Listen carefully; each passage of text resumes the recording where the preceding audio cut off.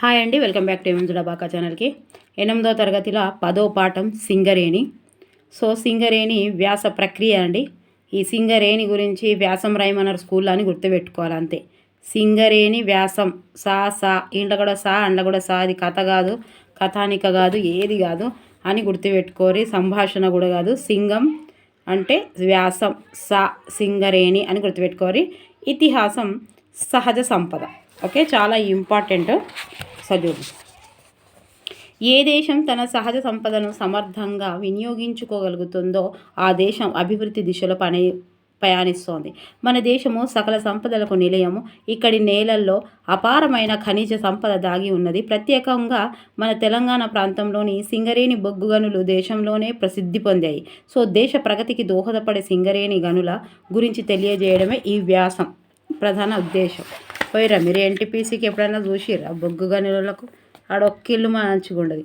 మేము పోయినాము 8 రోజులు పోతే నల్లగా అయ్యి ఇట్లా వచ్చినాం. ఇంట్లకు ఏసీలు అన్నీ ఫ్రీగానే ఉంటాయి. అవి ఏసీలు అయినా కూలర్లు అయినా కిలోల కొద్ది అదేంటి పెరుగు అయినా నల్ల మొక్కలు పెట్టుకోవాలి వచ్చినాం 8 రోజులకే. గట్ల అయిపోయింది మొత్తం గోదావరి. అమ్మో, ఫుల్ హీటు. ఈ పాఠం వ్యాస ప్రక్రియకు చెందింది. సింగరేణి బొగ్గు గనులు బొగ్గు ఉత్పత్తి గురించి సమాచారాన్ని తెలియజేసే. ఫస్ట్ టైం ఎవరైతే చూస్తారో వాళ్ళు తప్పకుండా సబ్స్క్రైబ్ చేయండి, లైక్ చేయండి మన ఛానల్ని. ఇంకెవరైనా చేసుకొని వాళ్ళు ఉంటే ఫస్ట్ టైం ఎవరైతే చూస్తారో, ఎందుకంటే సోషల్ అండి 120 వరకు ఉన్నాయి.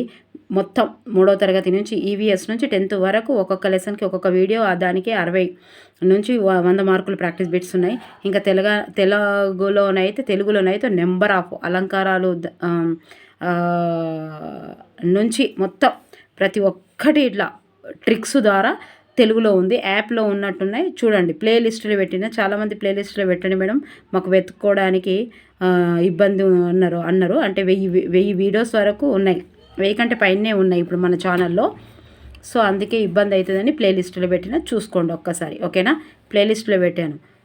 తర్వాత ఈ సైకాలజీ అండ్ విద్యా దృక్పథాలు, తర్వాత ఈ షైన్ ఇండియా కూడా ఇంకా మార్చి అది పెట్టమన్నారు. పెడతానండి, తప్పకుండా పెడతాను. ఓకేనా, మరి ఫస్ట్ టైం ఎవరైతే వస్తారో వాళ్ళందరికీ సబ్స్క్రైబ్ చేయరు ప్లీజ్. మా ఛానల్ని సబ్స్క్రైబ్ చేసుకొని మీకు ఎంతో ఉపయోగపడుతుంది. అండ్ కామెంట్స్ రాస్తున్న ప్రతి ఒక్కరికి నా మనస్ఫూర్తిగా హృదయపూర్వక కృతజ్ఞతలు తెలియజేసుకుంటున్న పేరున. ఓకే, ఒక దేశ పారిశ్రామిక పురోగమనానికి, ఆర్థిక పుష్టికి అతి ప్రధానమైన వనరుల్లో బొగ్గు ఒకటి. తెలంగాణ రాష్ట్రంలో బొగ్గు ఉత్పత్తిలో దీని పేరు సింగరేణి కాలరీస్ ప్రధాన భూమికను పోషిస్తోంది. శ్రమకై జీవన సౌందర్యానికి సమానమైనది లేనేలేనదని శ్రీశ్రీ అన్నారు. ఆధునిక ప్రపంచంలో కార్మికుల పాత్ర అమోఘమైనది. బొగ్గు ఉత్పత్తిలో కార్మికుల శ్రమ వెలకట్టలేనిది. ప్రతిరోజు పొంచి ఉన్న ప్రమాదాలను కూడా లెక్క చేయకుండా గనుల్లో పనిచేస్తూ తమ స్వేదాన్ని శక్తిగా మార్చి నేల బొగ్గును వెలికి తీస్తున్న సింగరేణి కార్మికుల జీవితాలను ఆవిష్కరించే విషయాన్ని ఈ పాఠంలో చదువుకుందాం. ఓకే, ఎవరైతే బుక్స్ లేవో, చాలామంది బుక్స్ లేని వాళ్ళకు కూడా ఉపయోగపడుతున్నాయి మేడం అని చెప్పారు. థ్యాంక్ యూ అండి. అందుకే బుక్స్ చూపిస్తున్నాను నేను. ఎవరైతే అంటే ఇప్పుడు స్కూల్లో అయిపోయే వాళ్ళు కానీ ఇంకా వేరే పనులు చేసుకునే వాళ్ళు, వర్క్ చేసుకునే వాళ్ళకు ఇట్లా బుక్ చూసే టైం ఉండదు కాబట్టి ఒక్క వీడియో చూసుకుంటే సరిపోతుంది. శ్రమ లేకుండా సుఖం లేదు. సుఖానికి మూలం శ్రమ. శ్రమజీవే జగతికి మూలం. శ్రమటోర్చక జరగదు కాలం అన్నారు పెద్దలు. జీవితం సుఖమయం కావాలంటే అందరి అవసరాలు తీరాలి, అందరికీ సౌకర్యాలు కల్పించాలి. సౌకర్యాలు కావాలంటే ఉత్పత్తులు పెరగాలి. ఉత్పత్తి చేయాలంటే ఏం అవసరం? ముడి పదార్థం అవసరం. ఉత్పత్తి చేయాలంటే ఏం అవసరం? ముందు ముడి పదార్థం అవసరం, మానవ వనరులు అవసరం, ఆర్థిక వనరులు అవసరం, చిన్నవో పెద్దవో పరిశ్రమలు కావాలి.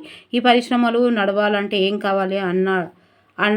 ఆనాడు అన్ని యంత్రాలు నడవడానికి ప్రధాన ఇంధనంగా బొగ్గునే ఉపయోగించేవారు. ఆ తర్వాత జరిగిన ఎన్నో పరిశోధనల వల్ల విద్యుత్ శక్తి కనిపెట్టడం జరిగింది. ఓకే, ఈ విద్యుత్తును ఉత్పత్తి చేయడానికి కూడా బొగ్గే అవసరమైంది. బొగ్గుతోనే ఈరోజు దేశంలో ఎన్నో పరిశ్రమలు నడుస్తున్నాయి. గోదావరి నది పరివాహక ప్రాంతమంతా దట్టమైన అడవులతో నిండి ఉండేది. 200 మిలియన్ల సంవత్సరాలకు పూర్వము అడవులు 200 మిలియన్ల పూర్వము అడవులు తగలబడి భూమి మీదనున్న అవశేషాలు క్రమక్రమంగా భూమిలోకి కూరుకుపోయి వాటి మీదనున్న రాళ్ళు పడి లోపలికి కుదించబడి అవి బొగ్గు పొరలుగా ఏర్పడాయని చెప్పవచ్చు.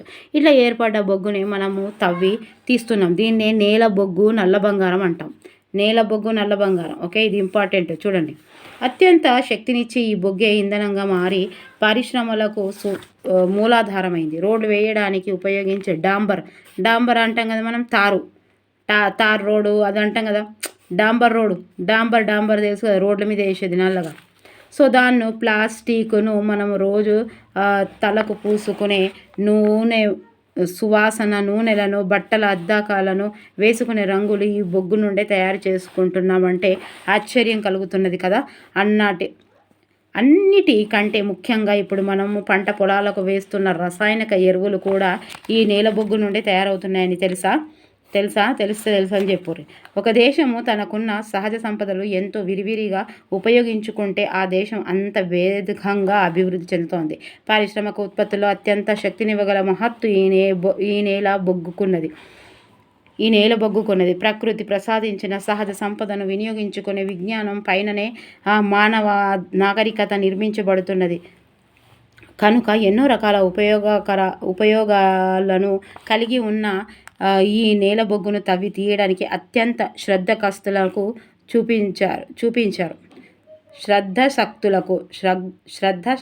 ద్వంద్వ సమాసం, శ్రద్ధ మరియు శక్తులు. మన దేశంలో వ్యవసాయం మాదిరిగా సామాజిక జీవితంలో ప్రత్యేక స్థానాన్ని సంపాదించుకునే పరిశ్రమల్లో సింగరేణి ఒకటి. మొత్తం దక్షిణ భారతంలో బొగ్గు ఉత్పత్తి చేసే ఏకైక కంపెనీగా తెలంగాణలో సింగరేణి విశిష్టత ఉన్నది. అందుకే సిరి వెలుగులు విరజమ్మే సింగరేణి బంగారం, అణువున ఖనిజాలే నీ తనువుకు సింగారం అన్నారు సింగరేణి బొగ్గు గనులు. ఏమన్నారు? సిరి వెలుగులు సిరిజమ్మే సింగరేణి బంగారం, అణువున ఖనిజాలే నీ తనువుకు సింగారం. జై తెలంగాణ, జై జై తెలంగాణ. సింగరేణి బొగ్గు గనులను సంబంధించిన అనేక విషయాలు చాలామందికి తెలియవు. విస్తారమైన బొగ్గు నిక్షేపాలకు నిలయమైన తెలంగాణలో గ్రామీణ పేదలకు ఉపాధి కల్పించడం వల్లనే వారి సామాజిక ఆర్థిక స్థితిగతుల్లో అనూహ్యమైన మార్పులను తీసుకొచ్చిందని, అక్కడ దొరుకుతున్న బొగ్గు జాతి సంపద ప్రపంచ ఖ్యాతిని పొందుతుందని చెప్పవచ్చు. ప్రపంచ ఖ్యాతి. ఓకే, బొగ్గు జాతి. దేశంలో మరే ఇతర బొగ్గు సంస్థకు లేని ప్రత్యేకత సింగరేణి గనులకు ఉన్నది. ఇటువంటి సంస్థ గురించి ఎన్నో ఆసక్తికరమైన విషయాలు తెలుసుకుందాం. First 1841 very very important. 1841 సంవత్సరంలో ఖమ్మం జిల్లాలోని ఇల్లందు బొగ్గులందు అని గుర్తుపెట్టుకోరు. ఇల్లందు ఖమ్మం జిల్లాలో ఇల్లందు గ్రామానికి చెందిన గ్రామస్తులు కొందరు భూమిని తవ్వుతుండగా ఈ బొగ్గు బయలుపడింది. సో ఇది వచ్చే అవకాశం ఉంది. అప్పటి వరకు అటువంటిది ఎవరు చూసి ఉండకపోవడంతో వాళ్ళు ఆశ్చర్యపోయారు.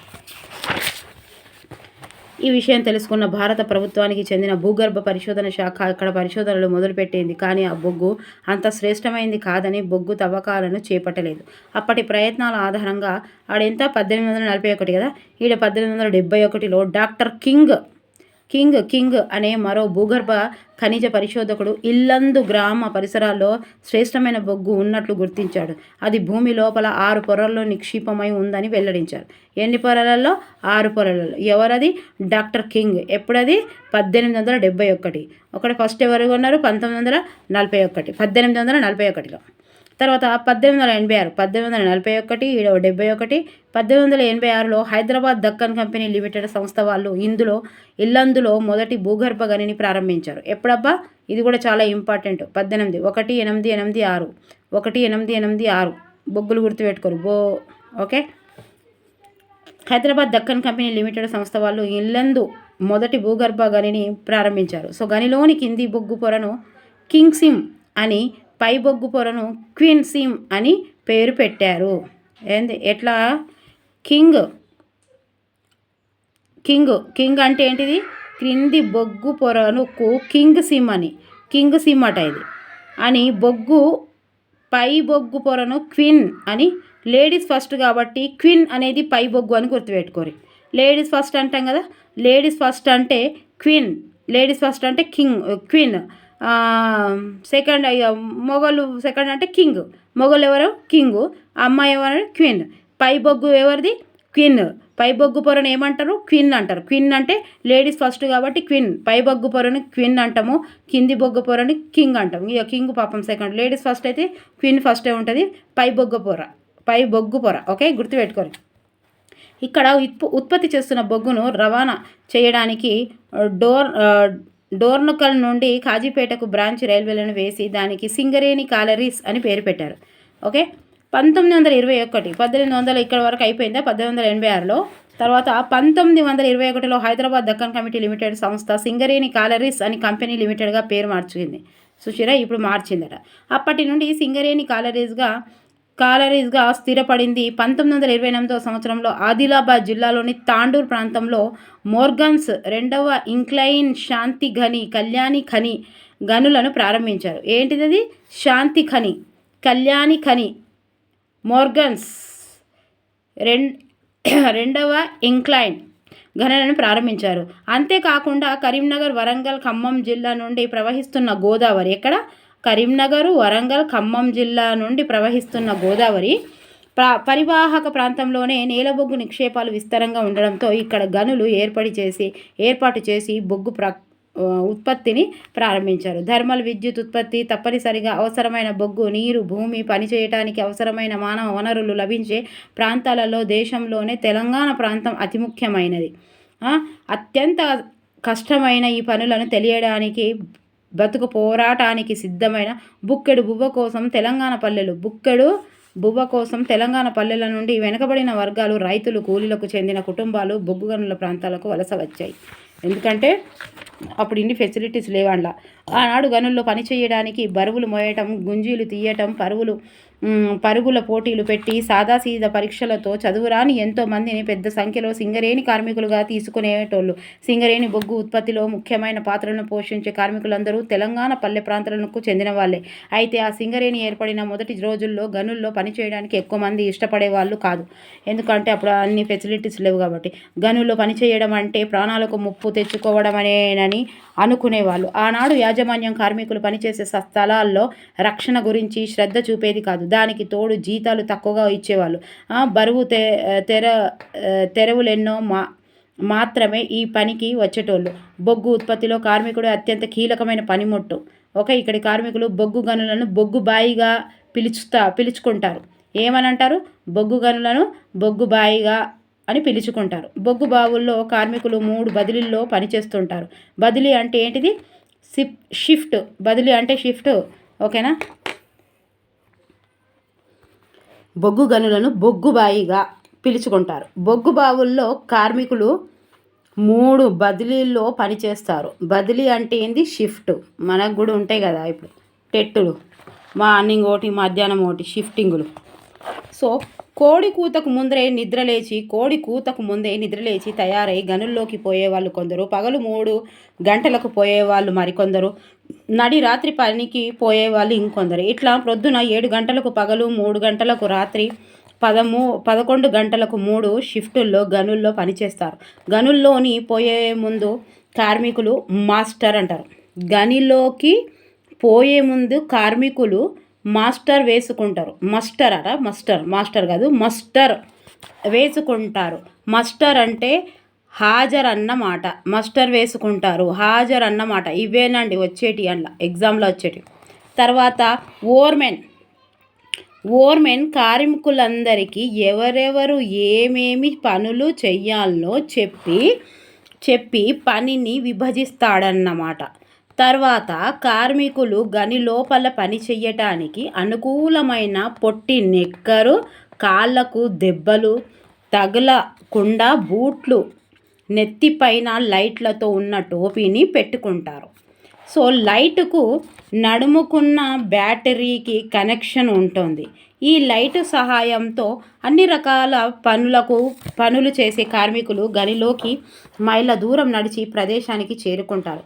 సర్దార్ పని ప్రదేశాన్ని పరిశీలించి టింబర్ మెన్లకు చేయవలసిన పనులను వివరిస్తాడు. అక్కడ అన్నీ ఉన్నాయి, పక్కకు ఒకసారి చూద్దాం. అక్కడ కొల్కట్టర్ ఉల్లు కోసి మందు పాతరను పెడతాడు.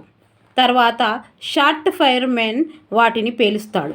ఆ తర్వాత సర్దారు ఆ ప్రాంతాన్ని పైకప్పును పరిశీలిస్తాడు. పైకప్పు కూలకుండా ప్రమాదాలు జరగకుండా చర్యలు చేపడతాడు. కోల్ పిల్లర్లు చెమ్మస్తో బొగ్గును తట్టలో ఎత్తి టబ్బులు నింపుతారు. టబ్బులన్నీ నిండిన తర్వాత రోప్ సహాయంతో హాలర్ వాటిపైకి చేరుస్తారు. ఇట్లా సేఫ్టీ అధికారి, under manager, surveyor, chainmen, overmen, సర్దార్, ముకద్దం, సర్దార్, షాట్, ఇది Urdu word, shot fire, coal cutter, timbermen, linemen, trammer, hauler, coal filler, general, మజ్దూర్లు అందరూ కలిసికట్టుగా పనిచేస్తేనే బొగ్గును తీయడం సాధ్యమవుతుంది. ఓకే, ఇలా చాలాసార్లు ఇచ్చాడు టెట్టులో, ఆయననేమంటారు ఈయననేమంటారు. అత్యంత కష్టమైన ఈ పనిని చేయడానికి కార్మికులు కాలినడకన మైళ్ళ దూరం నడుస్తారు. కానీ వెలుతురు సరిగ్గా లేని చీకటిలో ఊపిరాడని స్థితిలో పనిచేయటం ఎంతో సాహసంతో కూడుకున్నది. సింగరేణి మనుగడకు మూల స్తంభమైన కార్మికులు బొగ్గు ఉత్పత్తి ఎలాంటి పాటలు పడుతున్నారో ఒక సింగరేణి గని కార్మికుడు రాసిన ఈ పాటను ఒకసారి చూడండి. ఏ సీది బాదే బత్తిలాగే బాజుకు రహెనా, ఏ 65 లెవెల్ 45 డీపు, ఏ సీది బాదే ఎల్లే రాసిండు, ఇది పల్లవి. దెబ్బ కొట్టిండు షర్ట్ ఫైర్ అన్న, తట్ట జెంబ సిత్తు లాడిసన్న, ప్రాణాలు కాపాడే టింబరింగ్ అన్న, దాటు పెట్టన్న దిమ్మ కట్టన్న చరణమాట. ఇంకా టబ్బెనక టబ్బు పెట్టన్నా ఓ ట్రమారన్న, మెల్లంగా టబ్బు నింపన్నా ఓ ఫిల్లర్లన్న, సక్కంగా భర్తీ గుంజన్న ఓ హారాలన్న. భర్తీ ఎవరు చేస్తారు ఇది? ఓ హారాలన్న అంటూ అడుగడుగున ప్రాణాల చేతులు పెట్టుకొని పనిచేస్తుంటారు కార్మికులు. బాధలెన్నో పడి భర్తీ నింపాము, సల్లంగా మా భర్తీ బ్యాంకు చేరన్న అని కోరుకుంటారు. పని పూర్తి కాగానే అమ్మయ్య ఈ రోజు గడిచింది అనుకుంటారు. రేయనక పగలనక గడియారం ముండ్లవలే భూమి పొరల్లో పనిచేస్తున్న కార్మికులు శక్తిని మించి పనిచేస్తారు. వారి శ్రమ వెలకట్టలేనిది. ప్రాణాలను పరంగా పెట్టి రక్త మాంసాలు రంగరించి బొగ్గు కుప్పల్లో మసిబారుతూ పనిచేస్తున్న కార్మికుల్లోనికి ఈ దేశం ఎంతో రుణపడి ఉన్నది. అందుకే మా నాన్నగారు ఎప్పుడు చెప్తుంటారు, కష్టంలో కష్టాలు కూడా చాలా రకాలైన. టీచర్ ఎట్లా మంచి టీచర్ ఎట్లుంటారో కష్టాలు కూడా చాలామంది కష్టపడతాం అంటారు. ఇందులో వీళ్ళ శాలరీ బాగుంటుందండి. అక్కడ మా మామయ్య మా మమ్మీ వాళ్ళ కజిన్స్ ఉంటారు అక్కడ గోదావరి ఖనిలో ఇండ్లనే వర్క్ చేస్తుంటారు. చిన్న ఇండ్లు, ఓ 4 అంతస్తులు వేయనే, 2 అంతస్తులు కూడా వేయరు, ఒకటే అంతస్తు ఇల్లు. ఆ ఇంట్లో మొత్తం ఇక కూలర్లు, ఏసీలు గవ్వే ఉంటాయి. చిన్న ఇండ్లు కట్టుకోరు. వాళ్ళు ఇచ్చిన క్వార్టర్స్నే ఉండాలి. కట్టుకునే ఉంటే మళ్ళీ ఊర్లకు వేరే దగ్గర పోయి కట్టుకోవాలి. ఆ గోదావరి ఖనిలో కట్టుకొనే రావు. అది మా నాన్నగారు ఏం చెప్తుంటారు తెలుసా, ఇప్పుడు మీరు 50,000 సంపాదిస్తుండు, ఆయన 50,000 సంపాదిస్తుడు. మీరు ఫ్యాన్ కింద కూర్చొని ఏసీలో 50,000 సంపాదించడం వేరు, బొగ్గు గనిలో 50,000 సంపాదించడం వేరు. కష్టానికి కష్టం కూడా సేమ్ ఉండదు అని చెప్తుండే. నాకే అబ్బో వాళ్ళని చూస్తేనే మా మామయ్య ఏదో కోల్కట్టరో అందులో ఏదో ఆఫీసర్, సేఫ్టీ ఆఫీసరో ఏదో ఆఫీసర్. అమ్మో వాళ్ళని చూస్తేనే ఆ పనులు అన్నీ వాళ్ళ దగ్గర సీడీస్ ఉంటాయి, అవి చూస్తే వద్దు అని ఉరికొస్తాం. అంత ఘోరంగా ఉంటుంది. నల్లగా లోపలికి పోతే అమ్మో పిచ్చి ఉంది. ఎవరికైనా తెలుసా? ఎవరైనా వర్క్ చేస్తారా అందులో? మీకు తెలిసిన వాళ్ళు? ఎన్నో కష్టాలు ఇప్పుడు. కాకపోతే వాళ్ళకు అన్నీ ఇక వాళ్ళకు స్కూల్స్ ఫ్రీ ఉంటాయి. ఇంకేంటి ఇవి కరెంటు బిల్లు ఫ్రీ, ఇంకేముంటాయి అన్నీ, ఇవేంటి హాస్పిటల్స్ ఫ్రీ, అన్నీ ఫ్రీయే. ఎప్పుడు చచ్చిపోతారో తెలియదు. అంటే గట్లా అందరూ చచ్చిపోతామా? ఎప్పుడో రాసి పెట్టుంటుంది చచ్చిపోవడు. కానీ అట్లా అంత ఘోరంగా ఉంటుంది. బొగ్గు గనులు అంటే చచ్చిపోవాలి. అమ్మో మొదట్లో ఎంత చూసినా మనం మంచిగా ఫ్యాన్ల కింద కూర్చొని ఓ బుక్ పట్టుకొని చదవమంటే శాతం అవుతలేదు మనం. అదే అలా బొగ్గు గనులల్లా అదే 1000 రూపాయలు ఇక్కడ సంపాదించుకోమా. ఒక మిర్చి బండి వేసుకుంటే రోజుకు మిర్చి బండోళ్ళు కూడా రోజుకు 1000 సంపాదిస్తారు. 100 కాదు, 1000. వాళ్ళ పిల్లలందరూ అమెరికాలోనే ఉన్నారు. అట్లా ఉంది లెక్క. ఇళ్లల్లో వెలుగునుండేవి కావు. గనుల లోపల గాలి వెలుతురు లేని కారణంగా ఊపిరితిత్తుల సమస్యలు తలెత్తడం, తరచూ అనారోగ్యం బారిన పడడం జరిగేది. ఎప్పుడు ఏ మూల కూలిపోతుందో, ఏ ప్రమాదం ఎక్కడ పొంచి ఉందో చెప్పలేని స్థితి ఉంటుంది. గలిలో ఏమాత్రం నిర్లక్ష్యం చేసినా ప్రాణాలకు ముప్పు తప్పదు. ప్రతి క్షణం కార్మికులు ప్రమాదాల అంచున నిలబడి మృత్యుతో పోరాటం చేస్తుంటారు. మృత్యువు వస్తుంది అని రాయడానికి ఆర్మీ వాళ్ళు, అందుకే ఆర్మీలో చేరడం కానీ ఇలాంటి పనులు చేయడం కానీ ముందే తెలిసి కూడా ఇది ఇష్టపడి చేస్తున్నామంటే హ్యాట్స్ ఆఫ్ టు యూ కదా. అందుకే చూడండి పెద్ద అసలు చాలామంది ఆర్మీలో పనిచేసే వాళ్ళు ఎక్కడైనా చూసారు మీరు, అసలు రాజకీయ నాయకులు పెద్ద రాజకీయ నాయకుల పిల్లలు ఎవరు ఆర్మీలో ఉండనే ఉండరు. ఎందుకు ఉండరో నాకు కూడా అర్థం కాదు. ఆర్మీలో ఉండడాలంటే ఎప్పుడో ఒకసారి చనిపోతాం అనేది తెలిసినాక కూడా అది భక్తి గట్లుంటుంది, పని మీద భక్తి, దేశం మీద భక్తి. అందుకే వాళ్ళకి హ్యాట్స్ ఆఫ్ ఎప్పుడు. మొక్కవోని ధైర్యంతో ఎన్నో ప్రయాసాల కూర్పి కార్మికులు ఉత్పత్తి చేస్తున్న ఈ బొగ్గుతోనే పరిశ్రమలు ఎన్నో నడుస్తున్నాయి. ఆరోగ్యం కోసము, జీతభత్యాల కోసం కార్మికులు శతాబ్దాల పాటు ఎన్నో పోరాటాలు చేయవలసి వస్తుంది. ఈ ఉద్యమాల ఫలితంగానే మెరుగైన జీవితాలు, రక్షణ చర్యలు, కార్మికుల కుటుంబాల సంక్షేమానికి చర్యలు సాధ్యమైనాయి.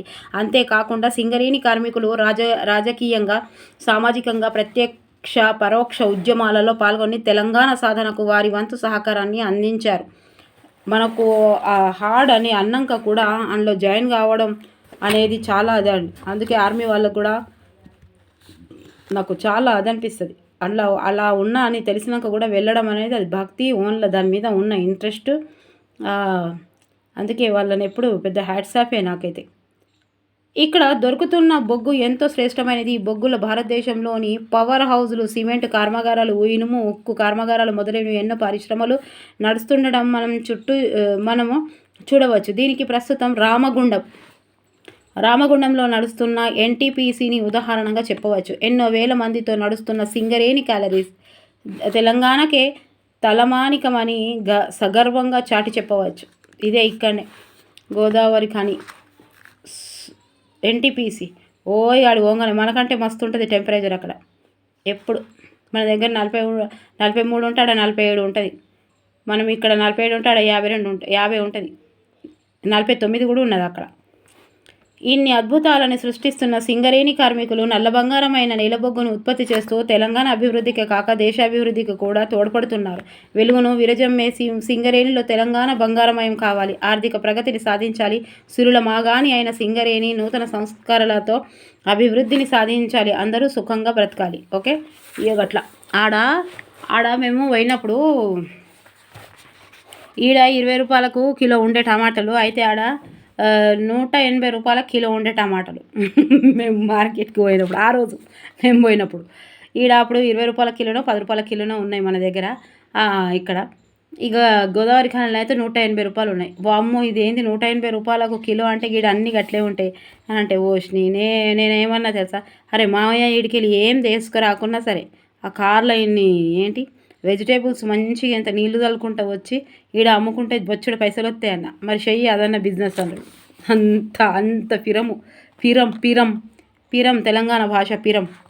ఇక మేనేజర్ ఇది గుర్తుపెట్టుకోరా ఇవే వస్తాయి తప్పకుండా. బొగ్గు బావుల్లో పనిచేసే సిబ్బంది చేసే పనుల వివరాలు. మేనేజర్ సంబంధిత గనికి అధికారి. ఈయన అధికారి. మేనేజర్ అందరికీ తెలుసు కదా, సంస్థకు అధికారి. సేఫ్టీ ఆఫీసర్ గనికి సంబంధించిన రక్షణ బాధ్యతలు చూసుకునే అధికారిని ఏమంటారు? సేఫ్టీ అంటే రక్షణ బాధ్యత, సేఫ్టీ చేయడం, రక్షణ బాధ్యతలు చూసుకునే అధికారి. అండర్ మేనేజర్ అంటే ఎవరు? బదిలీ అధికారట. లోపల నుండి బదిలీ చేస్తాడని గుర్తుపెట్టుకోరు.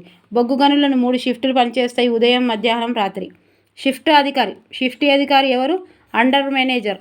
ఈయన ఉట్టి మేనేజర్ ఏమో సంస్థ అధికారి. అండర్ మేనేజర్ ఎవరు? బదిలీ అధికారి గుర్తుపెట్టుకోరు. బదిలీలు చేస్తాడు అందరినీ. అండర్ గ్రౌండ్లో అందరినీ ఏం చేస్తాడు? బదిలీలు చేస్తాడని గుర్తుపెట్టుకోరు.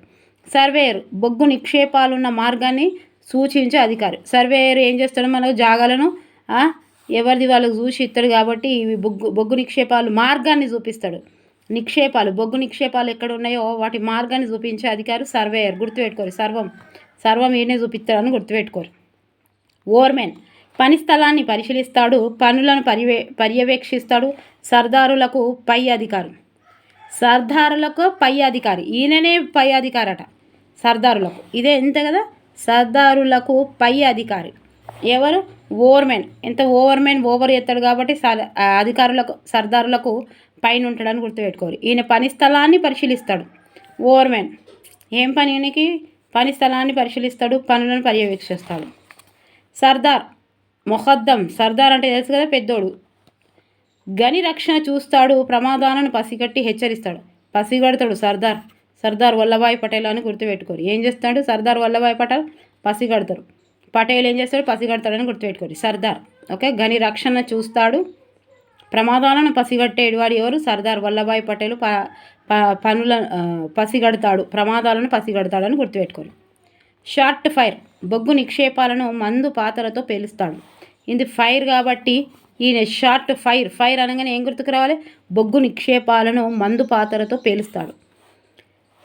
Over fire పేలుస్తాడు. మంచిగానే ఉంది. దీనికి పేటు కోల్ కట్టర్. కోల్ కట్టర్ అంటే ఉల్లు కోసే పని చూస్తాడు. లూజుగా ఉన్న బొగ్గులను కూల్చేస్తాడు. ఈయన కూడా కూల్స్తాడు అబ్బాయి. ఇవి రెండు ఇస్తాడు. కోల్ కట్టరా ఫైరా? ఫైర్ అంటే మందు పాత్రతో పేల్చేస్తాడు. ఫైర్ అంటే మందు పాత్రతో పేల్చేస్తాడు. Coal cutter. ఈ కట్టర్ ఏం చేస్తాడు అంటే లూజుగా ఉన్నదాన్ని బొగ్గును కూల్చేస్తాడు. లూజుగా కట్టర్ ఈ కట్టర్ ఏం చేస్తాడు? కట్టర్ కాబట్టి ఉల్లు కోసే పని చూస్తాడు. ఆయన లూజుగా ఉన్న బొగ్గును లూజుగా ఉంటే ఆయన కట్ చేస్తాడు అని గుర్తుపెట్టుకోరు. లూజుగా ఉంటే కట్ చేస్తాడు. ఇదేమో మందు పాత్రతోటి ఫైర్ చేస్తాడు. ఫైర్ మందు పాత్ర. ఈ కట్టర్ ఏంది? లూజుగా ఉన్నదాన్ని కట్ చేస్తాడు అని గుర్తుపెట్టుకోరు. టింబర్మెన్ పైకప్పును బోల్టులు వేస్తాడు. పైకప్పుకు బోల్టులు వేస్తాడు. ఎవరు? టింబర్మెన్. ఈ టింగలోడు అని గుర్తుపెట్టుకోరు. పైకప్పుకు బోల్టులు వేస్తాడు. బోల్టులు వేస్తాడు. ట్రాకరీ కొన్ని గుర్తుకున్నా సరే, 4 2 వచ్చినా సరే. ట్రాకరీ పేపర్, టబ్బులు ప్రయాణించే ట్రాకులను నిరంతరం పరిశీలిస్తూ ఉంటాడు. వాటి పక్కనే ఉన్న రైల్స్ని గమనిస్తూ ఉంటాడు. ట్రాకరీ పేపర్స్ ఏం చేస్తాడు? టబ్బులు ప్రయాణించే ట్రాకులను నిరంతరం పరిశీలిస్తుంటాడు. అబ్బా. ట్రామర్ హాలర్ ట్రబ్బుల లాగానే ప్రక్రియలో సిగ్నల్ ఇస్తాడు. ట్రామర్ హాలర్ టబ్బుల లాగే ప్రక్రియలో టబ్బులు లాగుతారు కదా అలాగే ప్రక్రియలో సిగ్నల్ ఇస్తాడు. ఎవరు? ట్రామర్ టబ్బులు లాగే ప్రక్రియ అని గుర్తుపెట్టుకోరు. హాలర్ రోప్తో టబ్బులను నడిపిస్తాడు. ఎవరు? హాలర్. ఇక్కడ రోప్ అంటే అదే తాడు. జనరల్ మజ్దూర్ సాధారణమైన కార్మికుడు. ఇది మా తెలుస్తుంది. జనరల్ అంటే జనరల్, మజ్దూర్ ఇవి రెండు, ఒకటి ఇంగ్లీష్ పదం, ఒకటి ఉర్దూ పదం. జనరల్ అంటే సాధారణమైన కార్మికుడు, అన్ని పనులు చేస్తాడు. ఇక జనరల్ మజ్దూర్. రోప్ లేజర్. ఇక్కడ ఆల్రెడీ ఒకటి రోప్ ఉంది కదా, ఏంటిదో రోపా? ట్రాకరీ పేపర్ ఉంది, రోప్తో టబ్బులు నడిపిస్తాడు. లేజర్ భర్తీ తాడును పరిశీలించేవాడు. పంపు ఆపరేటర్ నీళ్లు తోడే పనులు చేస్తుంటాడు. పంపు అనగానే నీళ్లు తోడే పనులను గుర్తుపెట్టుకోరు. కోల్ ఫిల్లర్ బొగ్గును తట్టలో ఎత్తి టబ్బులు నింపుతాడు. ఫిల్లర్ అంటే ఆయన ఫుల్ఫిల్ చేస్తాడు, టబ్బులను ఫుల్ఫిల్ చేస్తాడని గుర్తుపెట్టుకోరు. ఎలక్ట్రీషియన్ విద్యుత్ వసూలు పనులు చూస్తాడు. ఈయన తెలుసు కదా. ఫిట్టర్ మిషనరీ పనులు చూస్తాడు. ఫిట్నెస్ ఉన్నాయా లేవా అని. NTPC national thermal power station. ఇది కరీంనగర్ జిల్లా రామగుండంలో ఉన్నది. గనిలో నుండి బొగ్గు బయటకు రావడం కోసం పైన తెలిపిన అందరూ అత్యంత సమన్వయంతో రక్షణ సూత్రాలు పాటిస్తూ పనిచేస్తారు. ఓకే, ఇది ఒక్కసారి తప్పకుండా గుర్తుపెట్టుకోవాలి. NTPC national thermal power station. ఇది కరీంనగర్ జిల్లా రామగుండంలో ఉంది. ఓకే,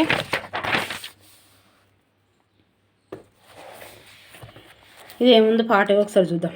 ఇష్టదేవతకు దండం పెట్టి గనిలోకి నువ్వు అడుగు పెట్టి బల్లున బొగ్గు కూలుతూ ఉంటే ప్రాణాలకు వెనుకాడక నువ్వు రక్త మాంసలు చెమటగా మార్చి టబ్బుల్లో నా బొగ్గు నింపుతావు.